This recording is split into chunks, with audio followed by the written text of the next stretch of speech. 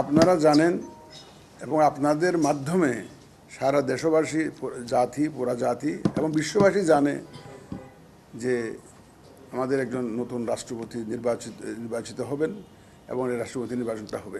এর আগে আমাদের সাবেক রাষ্ট্রপতি মোহাম্মদ শাহাবুদ্দিন রিজাইন করেছিলেন 24শে জুলাই। ওই দিনই ক্যাবিনেট ডিভিশন থেকে একটা গ্যাজেট করে আমাদের যে তখনকার স্পিকার, মানে এখন তো দায়িত্বে আছেন অস্থায়ী রাষ্ট্রপতি হিসাবে, উনি যে দায়িত্ব নেবেন সে বিষয়টি ক্যাবিনেট ডিভিশন থেকে ওই 24শে জুলাই জানিয়ে দেওয়া হয়েছে। আচ্ছা, এখন তো নতুন রাষ্ট্রপতি নির্বাচনের পালা। নির্বাচনটা রাষ্ট্রপতি নির্বাচনটা হয়েছিল আপনার প্রথম হয়েছিল 1991 সালে, আপনারা সবাই জানেন এটা। এরপরে কিন্তু আমাদের গত স্বাধীনতার পর থেকে পর্যন্ত আর তো কোনো রাষ্ট্রপতি নির্বাচন হয় নাই। ওই একটা হয়েছে, একটু ইনস্টিটিউশনাল মেমোরি একটু এখানে একটু শর্ট আছে, কারণ আমাদের লোকজনও অভ্যস্ত না তো রাষ্ট্রপতি নির্বাচন করে অভ্যস্ত না। সংসদ সচিবালয় যেখানে ডিপলি ইনভলভ থাকেন ওনারাও এই ধরনের কার্যক্রম করে অভ্যস্ত না। কিছুটা ইনস্টিটিউশনাল মেমোরির কিছুটা শর্টেজ আছে। তারপরেও আমরা একদম যত রকমের সম্ভব এক্সারসাইজ সম্ভব এবং দরকার সেটা আমরা করেছি। আমাদের সিনিয়র সেক্রেটারি সাহেবের নেতৃত্বে আমাদের এনারা করেছেন, এবং যাতে করে আমাদের পুরো প্রক্রিয়াটার মধ্যে কোনো গ্যাপ না হয় সেই ব্যবস্থাটা আমরা করেছি। এখানে রাষ্ট্রপতি নির্বাচনটা করতে গেলে 1991 সালের একটা আইন আছে, তা আপনারা জানেন। 1991 একটা আইন আছে এবং 1991 সালের একটা বিধি আছে। এই যে রাষ্ট্রপতি নির্বাচন বিধিমালা আছে, একটা রাষ্ট্রপতি নির্বাচন আইন আছে 91 সালের। আইন এবং বিধিমালার আলোকে আমরা দেখেছি যে এখানে কয়েকটা স্তরে এই কার্যক্রমটাকে ভাগ করা যায়। এক নম্বর হচ্ছে, যদি পার্লামেন্ট সেশনে থাকে এক ধরনের ব্যবস্থা, আর যদি সেশনে না থাকে এক ধরনের ব্যবস্থা। এখন আমাদের এখন তো পার্লামেন্টের সেশনে নাই, এটা সেশনে নাই এমন না যে সেশন ডাকতেই হবে এমন না, কিন্তু ওই যে রেগুলার যে সেশনটা ডাকতে হবে এমন না। শুধুমাত্র নির্বাচনের জন্য একটা বৈঠক আহ্বান করলেই চলে, এবং সেটা আইনের মধ্যে দেয়া আছে। এটা সিইসি তথা নির্বাচনী কর্তা যে ডেজিগনেশন দিয়েছে, তো সিইসিকে দায়িত্ব দেওয়া আছে। উনি এটা বৈঠকটা একটা আহ্বান করবেন যেখানে ভোটাভুটি হবে, যারা ভোট দিবেন পার্লামেন্টের মেম্বাররা ভোট দিবেন, সেটা বৈঠকটা ডাকবেন হলো সিইসি। নর্মালি পার্লামেন্ট সেশনটা ডাকেন হলো আমাদের মহামান্য রাষ্ট্রপতি, উনি পার্লামেন্টের সেশন ডাকেন।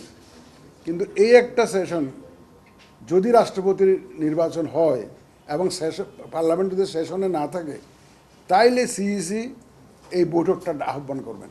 আমরা আহ্বান করে অলরেডি গ্যাজেট করে দিয়েছি। এটা 11 তারিখে করেছে, অগাস্ট মাসের 11 তারিখে গ্যাজেট করে দিয়েছে। এখানে একটা বলা আছে যে নির্বাচনের আগে এই গ্যাজেটটা করে অন্তত ন্যূনতম 7 দিন সময় দিতে হয়। আমরা সাফিসিয়েন্ট টাইম দিয়েছি, মোর দেন 7 ডেজ আমরা দিয়ে দিয়েছি, মিনিমাম দিতে হয় আর কি। এইটা সেশনটা বৈঠক ডাকার একটা বিষয়। তারপর আমাদের ভোটার তালিকা একটা করা লাগে। এই যারা ভোট দেবেন, আপনারা জানেন যে আমাদের কনস্টিটিউশন অনুযায়ী 48-এর এক ধারা, ওখানে আমাদের মাননীয় সংসদ সদস্যরা ভোটার, ওনারাই ভোট দিবেন। আমরা ভোটার তালিকাটাও পাবলিশ করে দিয়েছি এবং গ্যাজেটটা পাবলিশ করেছি, শিডিউলটা ঘোষণা করে দিয়েছি। কোন দিন নমিনেশন ফাইল হবে, কোন দিন স্ক্রুটিনি হবে, কোন দিন উইথড্রয়ালের ডেট, আর কোন দিন নির্বাচন হবে, আমরা গ্যাজেট করেছি। এই গ্যাজেটটা আমরা করে দিয়েছি 6 অগাস্ট, এটা করে দিয়েছি এটা। এবং ভোটার তালিকা এবং আমাদের যে শিডিউল, ওখানে আপনারা জানেন 13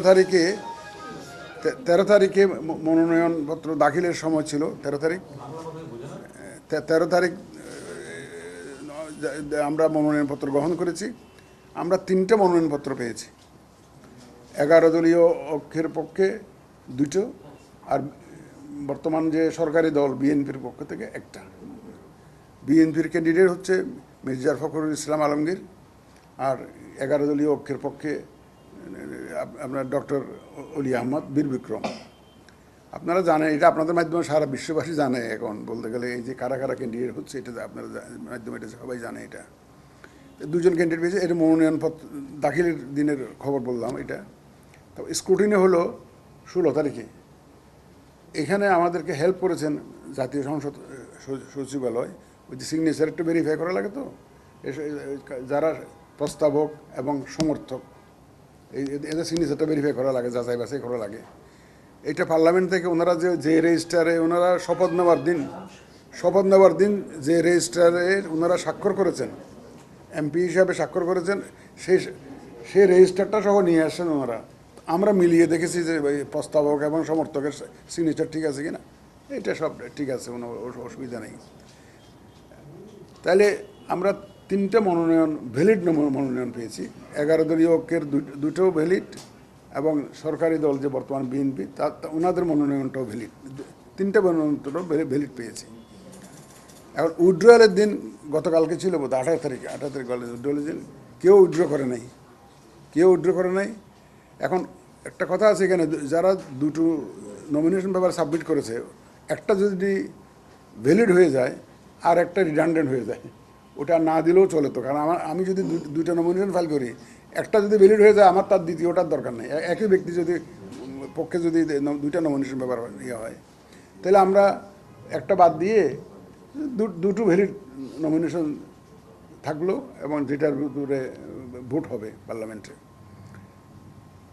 এখানে একটা জিনিস বোঝা দরকার যে সংসদে কিন্তু একটা বিভক্তি নাম্বার দেওয়া হয়। আমরা ভোটার তালিকা যেটা করেছি ওটা দেখবেন আপনার বিভক্তি নম্বর দেওয়া আছে। নর্মালি কনস্টিটিউয়েন্সিতে হয়তো 1, 2, পঞ্চগড়ে 1 থেকে শুরু, সম্ভবত বান্দরবনে গিয়ে বোধহয় শেষ 300 কনস্টিটিউয়েন্সি শেষ হয়। কিন্তু এখানে ওই বিভক্তি সংখ্যাটা আর একটু গোলমাল হয়ে যায় যে 281 চট্টগ্রাম 4 আসলাম চৌধুরীর ইয়েটা গেজেট পাবলিকেশনটা আমাদের আপিল ডিভিশনে স্থগিত করা হয়েছে, যার জন্য ওইটা খালি, চট্টগ্রাম 4 আসনটা খালি। এখানে এসে একটু ব্রেক হয়ে গেছে, এই যে 282 জায়গায় 281 হয়ে গেছে। এই একটা জায়গায় একটু ব্রেক হওয়াতে বিভক্তি সংখ্যাটা একটু ডিসকন্টিনিউ, সিরিয়াল নাম্বারের সাথে মিলে না, এটা একটা ইয়ে হয়েছে। কিন্তু আমাদের কিন্তু ভোটের কার্যক্রমটা হবে বিভক্তি নাম্বার দিয়ে। এটা বিভক্তি নাম্বারটা ওনাদের পার্লামেন্ট থেকেই দেন, এটা তো সেটা দিয়ে আমরা ভোটার তালিকা পাবলিশ করেছি এবং আমাদের ভোটার সংখ্যা হচ্ছে 349 জন, 349 এই ভোটার সংখ্যা। আমাদের তো 20 তারিখে ভোট, as per our announce schedule 20 তারিখে ভোট হবে 2টা থেকে 5টা পর্যন্ত। তো এখন আমি কন্ডাক্ট করব, পরিচালনা করব। এখানে আমাদের মহামান্য রাষ্ট্রপতিও একজন ভোটার বর্তমান, আমাদের মাননীয় প্রধানমন্ত্রী ভোটার, তারপরে আমাদের মাননীয় স্পিকার ভোটার, তারপরে আমাদের মাননীয় বিরোধী দলের নেতাও ভোটার, আর সব এমপি তো ভোটার আছে, সব হুইপেরা voter. It's very high profile একটা election, very high profile election. তো 20 তারিখে যখন ইলেকশন হবে আমরা ওখানে কিভাবে করব সেটার একটা, এটা আমাদের মাননীয় স্পিকার মহোদয় একটা মিটিং করেছিলেন ওখানে। আমি এখানে একটা কথা বলা দরকার, যে আমরা যে শিডিউল ঘোষণা করলাম এটা আইন অনুযায়ী করেছি। তো আইনের মধ্যে একটা রিকোয়ারমেন্ট আছে, স্পিকারের সাথে আলোচনা করে করতে হয়। এই সিইসি যিনি নির্বাচনী করতে থাকবেন উনি স্পিকারের সাথে আলোচনা করে, ওনার সাথে পরামর্শ করে তারিখগুলো ঠিক করতে হয়। আমি ওনার সাথে দেখা করে ওনার সাথে বিস্তারিত আলোচনা করেছি। আমাদের কমিশনের মেম্বার, অন্যান্য আদার কমিশনাররা গিয়েছিলেন, আমাদের সিনিয়র সচিব মহোদয় গিয়েছিলেন। আমরা ওনার সাথে বিস্তারিত আলোচনা করেছি। ওনার সম্মতি নিয়েই ওনার সাথে আলোচনা ক্রমে আমরা কিন্তু শিডিউলটা ঘোষণা করেছি। এটা পরিষ্কার থাকা দরকার, এটা কিন্তু ইটস এ লিগ্যাল রিকোয়ারমেন্ট। এটা এমন না যে আমার ইচ্ছা হইলো আলোচনা করলাম, না হলে করলাম না, এটা এরকম না। ওনার সাথে আলোচনা করতেই হবে, এটা কিন্তু আইনের বাধ্যবাধকতা।